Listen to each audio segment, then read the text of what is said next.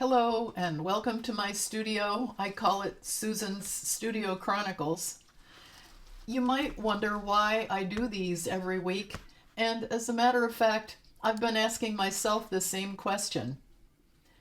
I started this channel because I wanted to take the mystery out of the creative process. I've been teaching virtual classes since 2020 and some in person as well. And I have found that it's really nice to know that there are others out there sort of struggling with, not really struggling, but enjoying the creative puzzles that we set up for ourselves as artists. I really love working intuitively, and it's not the easiest thing to explain to people, but I just felt like if I would invite you into my studio, maybe in addition to some of the craziness that's going on, I'm always working on just so many projects at the same time, maybe you'll pick up some little tidbits of how you might use a tool in a different way from how you've ever used it before. Maybe you'll join me in stumbling into some surprise. I'm learning every time I come into my studio and start playing around. I can't think of anything that would make me feel more fulfilled and more challenged at the same time, because we're never there. We never arrive. We're always en route to solving problems, solving issues that come up in our painting. In fact, behind me on corkboard back here, you'll see two paintings that I started. I set up some watercolor papers. These are 300-pound papers, and I have a commission to do 4 paintings, 4 florals. So I taped up 4 300-pound watercolor papers, and I wanted these to be really intuitive florals, so I didn't want to make a really specific plan. And when I started playing with the first one right back here, it got sort of bogged down in the process and it wasn't really feeling spontaneous anymore. And so I moved on to another one, and I really had a play with my sword brush, and I had a great time using similar colors, and I thought, well, I'll need to tie that in together. I'll let it rest overnight. I had a really good time doing these both, but I let that rest for a couple of days, and then I looked at some paintings of mine that really seemed to come together for me.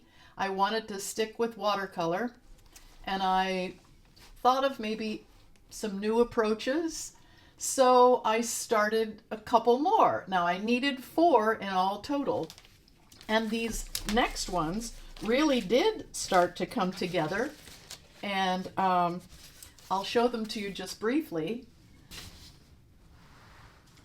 So this one I'm going to talk about from beginning to end, and I'll show it to you, a good photo of it in a little bit. And I also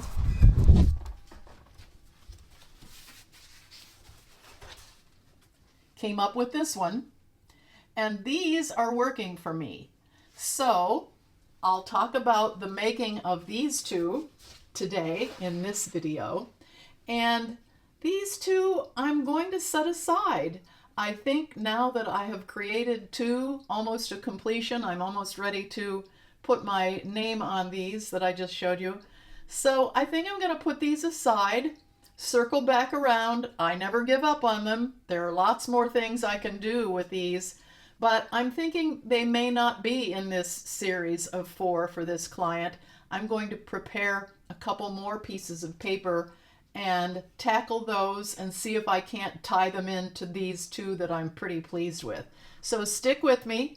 I'm going to talk you through my process, and at the end I have a surprise for you in my tools segment. I think you'll be pleasantly surprised.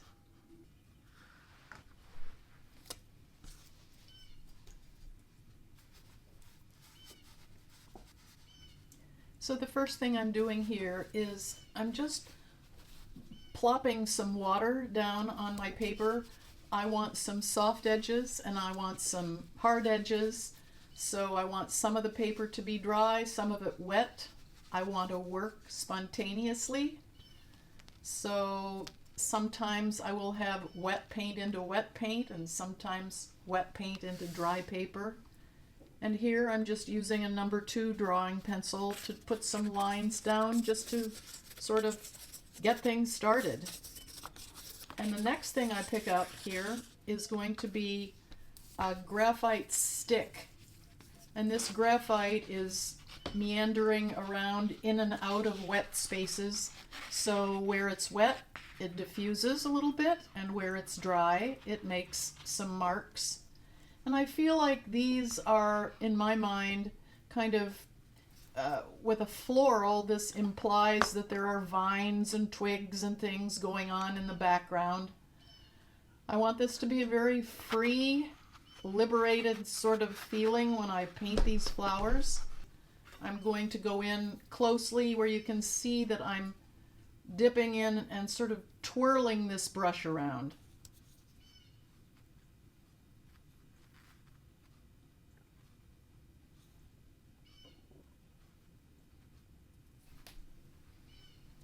You can see that the brush hits some of the wet paper and the pigment is diffused, but I have a lot of fresh wet paint right out of the tube on this Chinese calligraphy brush. So there's a lot of pigment there.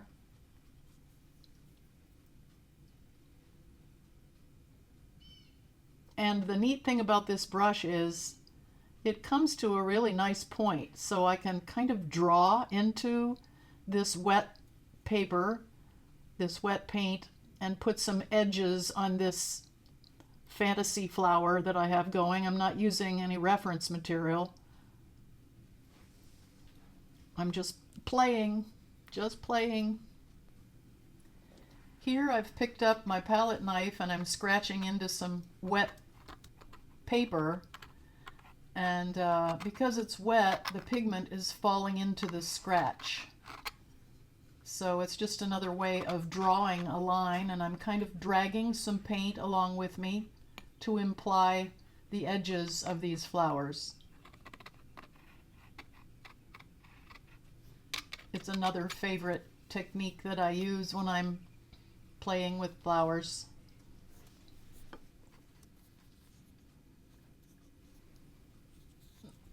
So the barrel of the fat part of this brush has water and the tip has pigment. So when I roll it along, it's as though the dark part of the paint in the tip of the brush flows down into the wetness of the paper that the brush has put on the paper. It's so much easier to paint than to explain it, but it's just a really fun way of distributing some water. When I have a loaded brush in the tip of the brush, but only water in the thick part of the brush, you'll have to give it a try and let me know if this works for you. It's just so much fun to play like this. And you know, I'm the artist, so there's nobody who can come along and tell me I've done it wrong. I'm not aiming for realism here. I am not a realistic painter. I find that playing with paint usually, you know, sooner or later I can come up with some marks that please me when I'm playing, and they are kind of spontaneous, they're experimental, and I love to look back on a painting and think to myself, I wonder how I did that. And to me, for an artist to look at a painting that I've done and ask me how I, you know, managed a particular passage in a painting, how I did it, to me, if an artist asks me how I've painted something, there's no higher praise than that. That's That's high praise. Usually I have to answer, I don't know. I was just having fun experimenting.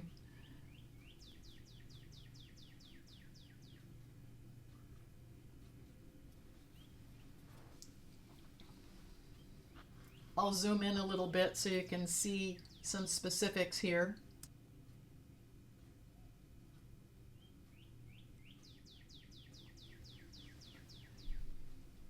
I'm touching some areas with more pigment. This is 300-pound paper, so it holds moisture for a long time, a lot longer than 140-pound paper. So I have more time to work wet into wet, given that fact.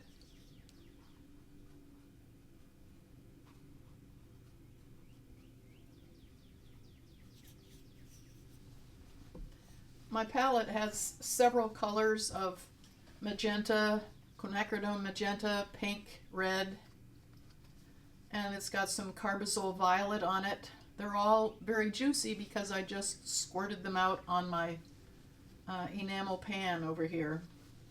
Since I'm working on 4 paintings at a time, I really enjoy having wet, juicy paint.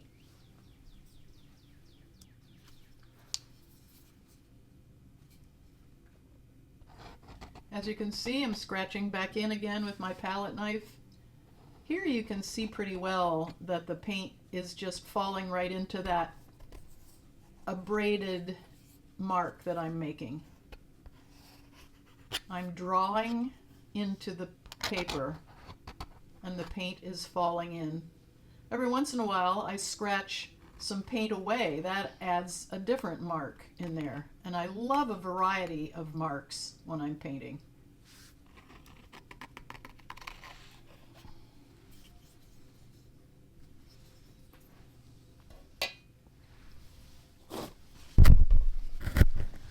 Here, I'm just lifting a little paint, and now I'm scratching back in with the side of my palette knife. So I'm getting a little bit larger mark. Some of the paint I'm scraping away and some of it I'm just moving around. These are just all different methods of moving paint around with a tool that's kind of unexpected. You know, when I was a beginner, I often followed my paintbrush around with a Kleenex because I was an insecure painter. So every mark that I would put down, I would get worried and I would lift it back up again with the tissue. And I've seen beginners do that. But, you know, even now, sometimes I go back in with tissue because it gives a variety. It's just another way of making marks. And if you look at flowers, especially flowers in the sunshine, you're going to see quite a variety of values from lights to darks. And so, yeah, the Kleenex helps a little bit with breaking up the edges, softening the edges, lifting paint out. But don't do like I did for years and just lift off almost every brush full of paint that I put down. I'm going back to my water pan and I'm getting some water on my brush. I'm dropping the water in because blossoms are another mark that I really enjoy. And these flowers are quite wet. You can see a blossom here growing, and I'm hoping to get a little bit of that. When it's dry, we'll know. Blossoms really only show up well, you only know whether you've gotten a successful blossom once the entire passage is dry. So as you can tell now, I have put out some greens.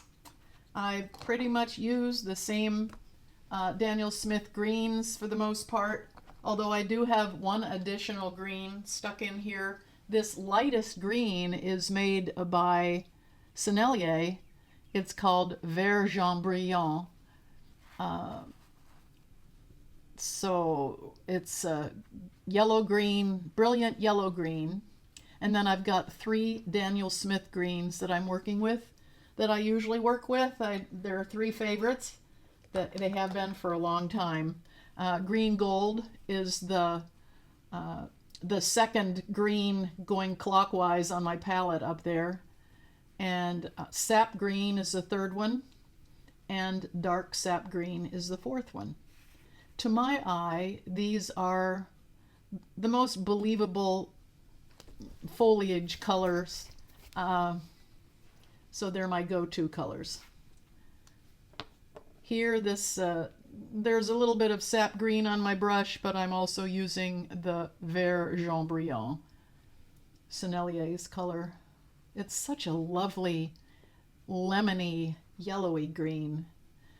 But if you've looked at leaves lately, leaves usually aren't just one color, or at least in my fantasy, they aren't. So I'm enjoying flip-flopping this sword brush around and giving some leaf shapes. The nice thing about creating vines and leaves and stems, they help to lead the eye around the page. So that's kind of the idea of what we're doing here. I'm building a painting. I'm building a fantasy flower garden. And here, as you can see, I've decided to create a different type of mark with this sword brush. I decided to create a flower that has some petals, if you were, some green petals. I was thinking of something similar to a lupin, perhaps, giving a little bit variety of shapes of plants, my fantasy plants.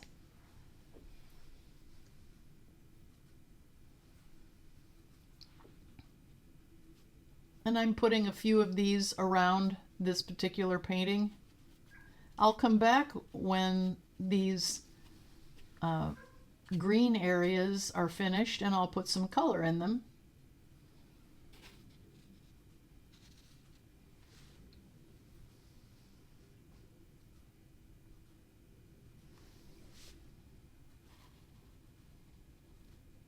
I love this sword brush. It's so much fun. You know, I always enjoy using tools that are a little bit unpredictable, things that have kind of a mind of their own. That's where I come up with marks that are a little bit more spontaneous when it comes to watercolor.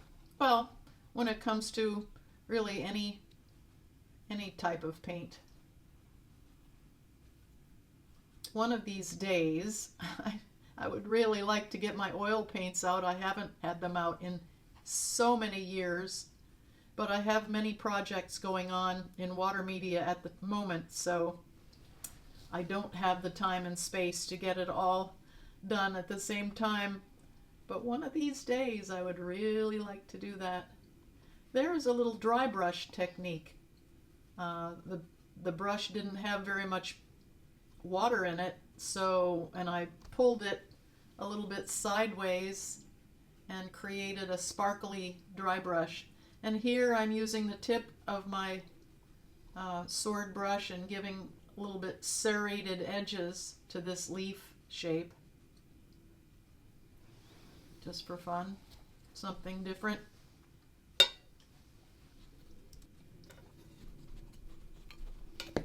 And now I'm going in with the big guns because I decided to use this 2-inch watercolor brush. It's a Richardson brush.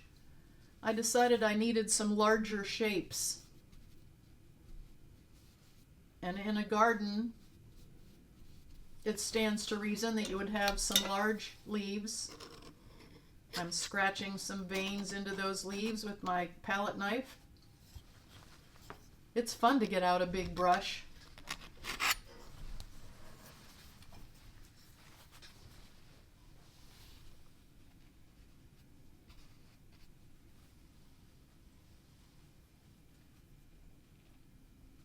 I'm getting a variety of greens on there. I'm hoping that my tape keeps the edges of my paper clean.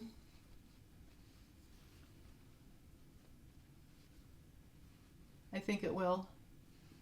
Even though you can see I'm using a lot of paint, I'm not using a lot of water.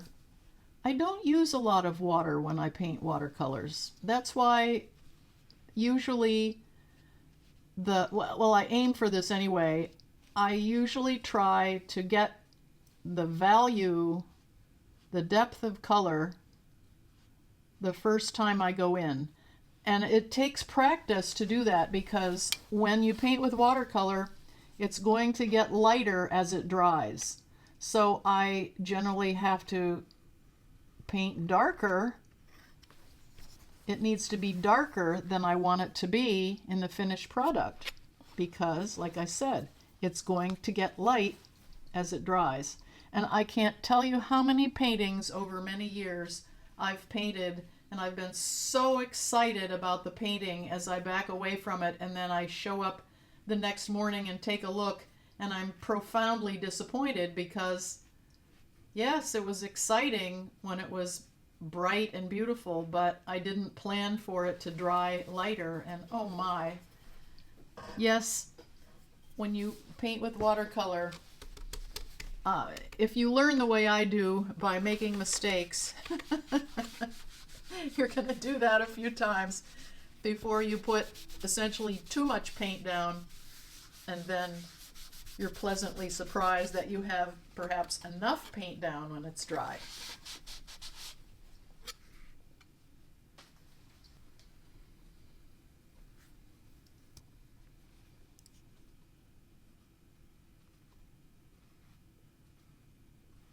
I'm painting around these flowers.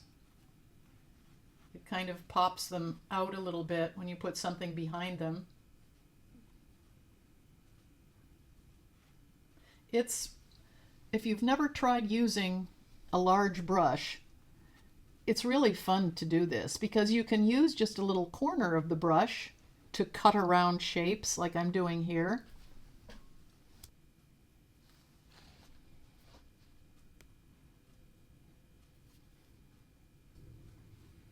A little more cutting in.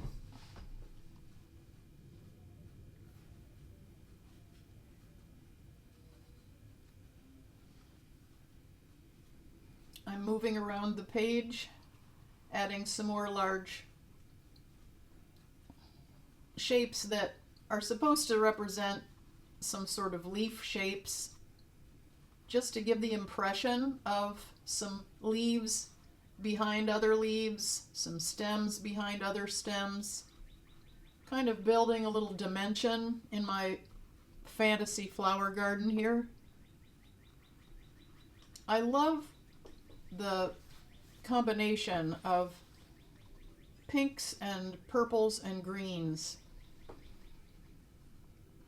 Here I'm adding some light green to the medium shade of sap green, hoping that the yellow in the light green pushes the sap a little bit, just for a variety of values in that one leaf shape.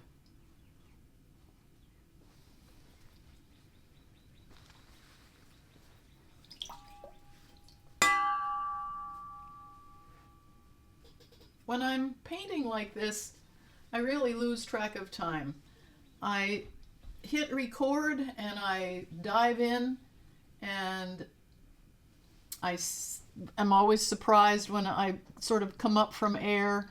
I reach sort of the end of a painting session, and I step back and take a look at the painting, and I try not to finish a painting in one go. I want to leave it while it's still fresh and come back with a little more perspective another day or another time. But here I'm kind of moving around the painting, so there's no one area that's getting overworked. I'm painting one area, then moving on to another area, and that way no one one passage is getting overworked, or I don't know, I'm not losing perspective and grinding away. It still remains fresh when I'm able to do this. So I don't know what this type of flower is. It's just, like I said before, it's out of my imagination. But I thought it would be fun to make a little bit different marks from those, I don't know, rose, gardenia, peony. I'm not sure what the other flowers are either, but they are more, they remind me of a bowl shape, and these little dots to me add a different type of texture to my garden. Now I'm using my sword to add some additional texture.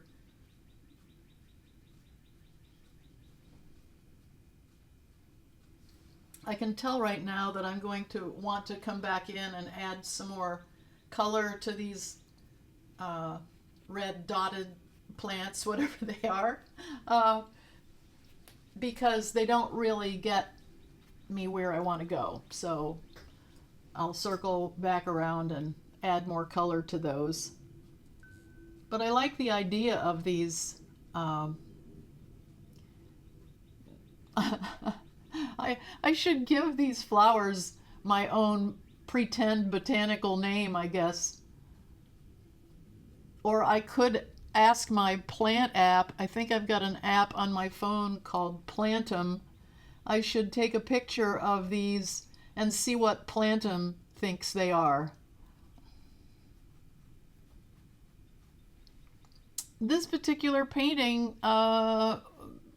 really, I'm liking the white of the background. The white is, to me, adding a significant, important role to this painting. And that's okay. I know that in a flower garden, you don't go out and see white in the flower garden. But you know, I'm the artist and I'm taking liberties, and when it comes to watercolor, the white of the paper can't be beat. So in this case, I'm liking it and I'm leaving it. I'm not about to go in and going through a painstaking process of painting around all of these marks. I think that it would look very overworked and certainly not add much to this painting. So okay, it's not realistic. I can live with that. Now this is a new day. This is the second day I painted on this painting. It was nice to leave it for a couple of days, and now I have wet some passages here, and I'm going to be building some color, some saturation of color. I am crazy about color. So I'm going to be developing these fantasy florals.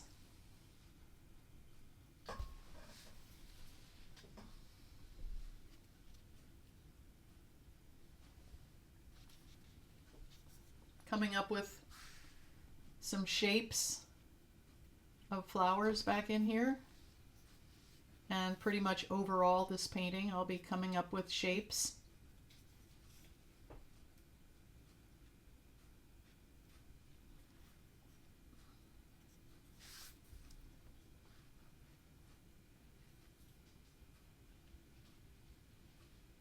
I'm making some petals. This painting is starting to become fun for me. The previous day, I sort of built some ideas and obviously painted very spontaneously. Now I am going through sort of a different phase where I'm building some, I don't know, structure, if you will.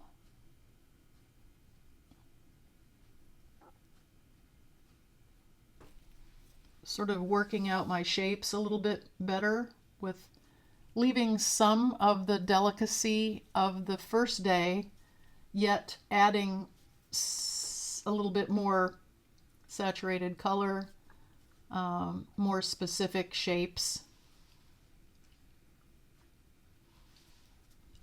The key, though, when you work on watercolors, the trick is to maintain the spontaneity, that feeling of the watercolor doing its own thing. And there's a lot going on here on this paper where the watercolor kind of did its own thing and I let it do that. So I don't want to reclaim a lot of that freedom and overwork areas. And yet the painting to me feels only about half finished. So I feel like there's still lots to do.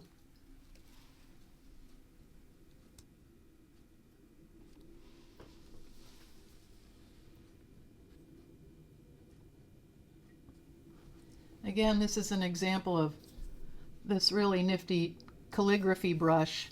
It lets me get in with the point and it holds a lot of water. Now I'm softening some edges with my sword brush. I try not to use the same brush for a long time at a time. I like to switch things up. I like to switch colors and I like to switch brushes.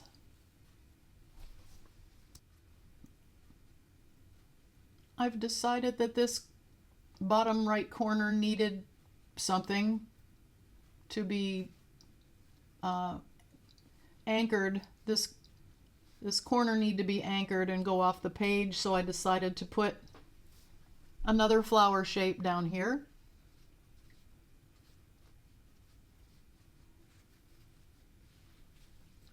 So I wet the flower shape with just a very pale color, and now I'm going to let my stem and leaf shape migrate up into that pinky purple area. So it's wet into wet, just playing with that watercolor effect.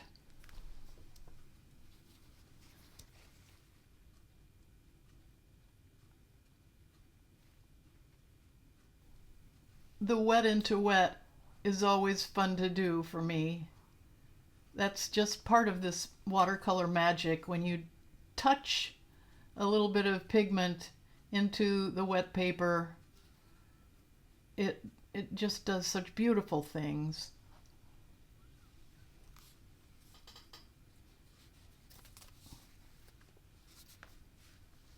I decided this flower, whatever it is, needed some stem shape, some leaf shape, that is. So I'm adding a little leaf shape with a couple of greens. That pretty Sennelier green is so lovely. And I'm going in around some flowers and adding the idea of stems and leaves. I enjoy using this sword brush so much. I just bought it fairly recently, a few months ago. It's a Creative Mark sword liner, it's called. It's 3/4 of an inch wide, and they call it a mimic Kolinsky. So it is a synthetic brush, and it's just really fun for popping in color, popping in some stems and leaves.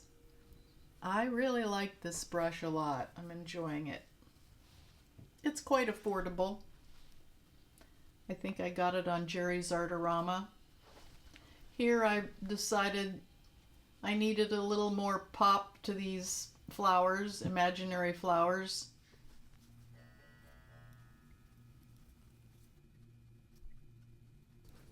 And in the interest of how long this painting is taking to watch, I wanted to speed it up a little bit and show you that I'm continuing to build some saturation of color and give these flowers some variety of lights and darks.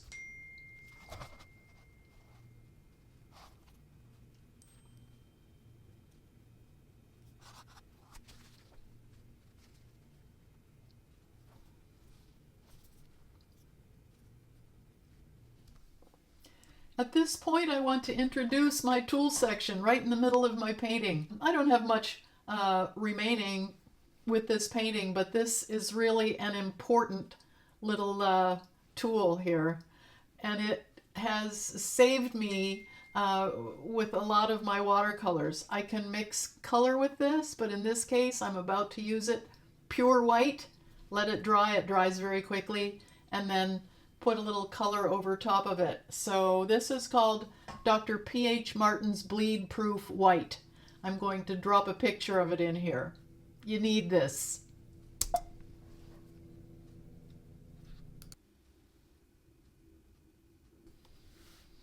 So here I go. I'm dropping some bleed proof white in here because as I got away from these flowers for overnight, I realized that, you know, the center part of a flower is really important.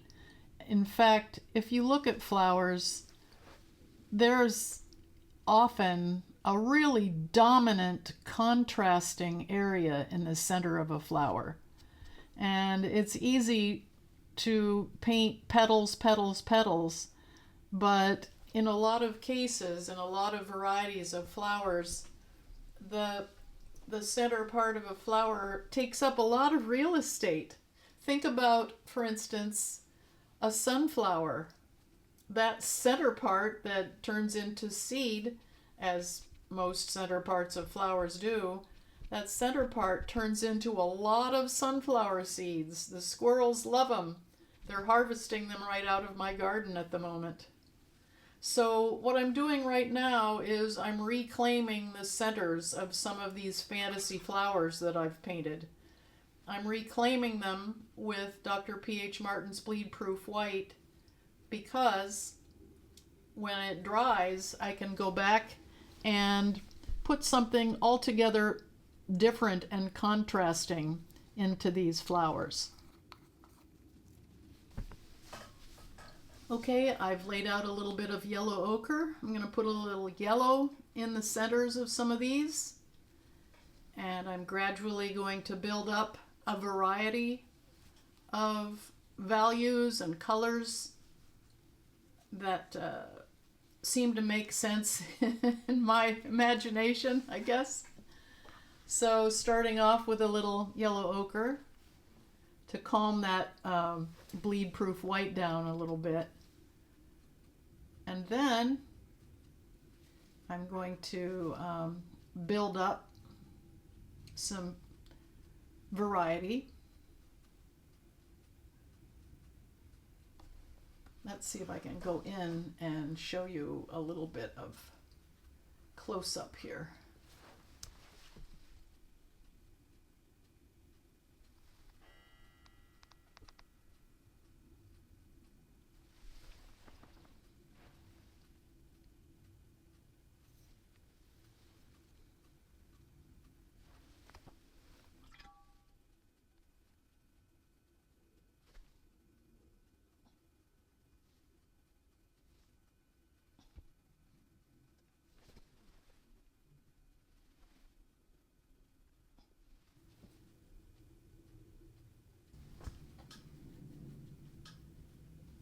Like I said before, I'm building some variety of marks and colors, textures into the center of these flowers, little by little.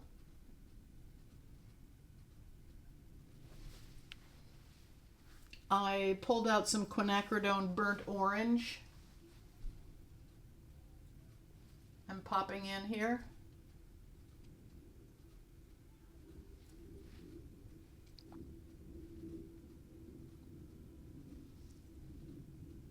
the joy is in the play. And when I have a good time, sometimes I really mess things up, like I kind of did with the first two paintings that I did for this series. But then again, I learned a lot of things that I liked and things that I didn't like. I zeroed in on the colors that I wanted to use for this series, and I decided on some shapes and some textures, and I decided to not go in quite as heavy with forms so that I would leave the white of the paper. So these this painting and the one that I show you next week, those are paintings number 3 and 4 in this series, are ones that I will end up giving the client, and I will continue on and paint along these same lines so that paintings 5 and 6 hopefully will have some consistency with paintings 3 and 4, because 1 and 2 will be living in my paper cabinet for a while until I have time to circle back around. But I feel like I'm on to something now with this painting and the 4th one in the series. I'm really having fun experimenting, painting intuitively. I feel like these two are coming together after maybe 3 sessions of painting. So I'm not apt to just go in and expect my painting to be started and finished in the same go. I do build my paintings over time, and I come back and revisit them to make sure that I'm ready to put my name on them. And in this case, I think this one is ready.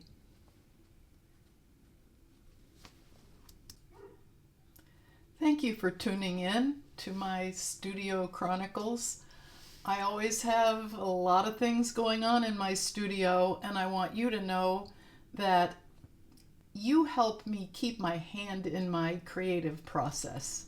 I'd love to hear from you. If you have any comments, if these videos help you, let me know. Don't forget to subscribe. Next week, I will be showing you the process of this painting. We've already covered this one over here today, and I will continue to paint a lot this week. That's my plan. And have a good time, and I hope these videos show you that you don't have to take these things seriously. Do not stress out. Enjoy your painting. See you next time.